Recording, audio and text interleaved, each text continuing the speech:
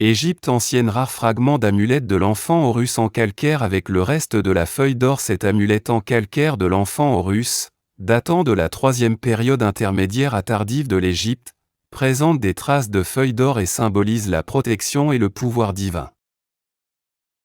Cette amulette représente Horus enfant, figure centrale de l'iconographie de l'Égypte antique, associée à la protection, à la régénération et à la continuité dynastique. Réalisée en calcaire avec des traces de feuilles d'or qui soulignent certains détails, elle mesure 4 cm de haut et 1,5 cm de large et de profondeur.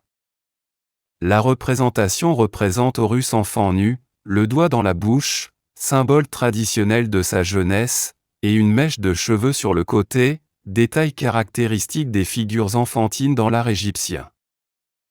L'utilisation de feuilles d'or, bien que partiellement usées, reflète la valeur symbolique et rituelle de la pièce, l'or étant associé à l'immortalité et au pouvoir divin.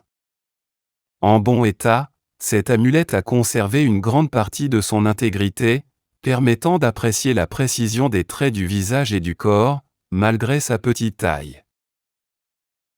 Datant d'une période comprise entre la troisième période intermédiaire, 1076 à 723 avenue Jésus-Christ, et la basse époque, 722 à 332 avenue Jésus-Christ, cette pièce aurait eu une fonction apotropaïque, protégeant son porteur du mal et assurant son bien-être. Les amulettes représentant l'enfant Horus étaient particulièrement appréciées des mères et des enfants, symbolisant la protection maternelle et la victoire sur le chaos, à l'image d'Horus qui vainquit Seth dans les mythes égyptiens. Cet objet témoigne du lien entre l'art, la religion et la vie quotidienne à la fin de l'Égypte.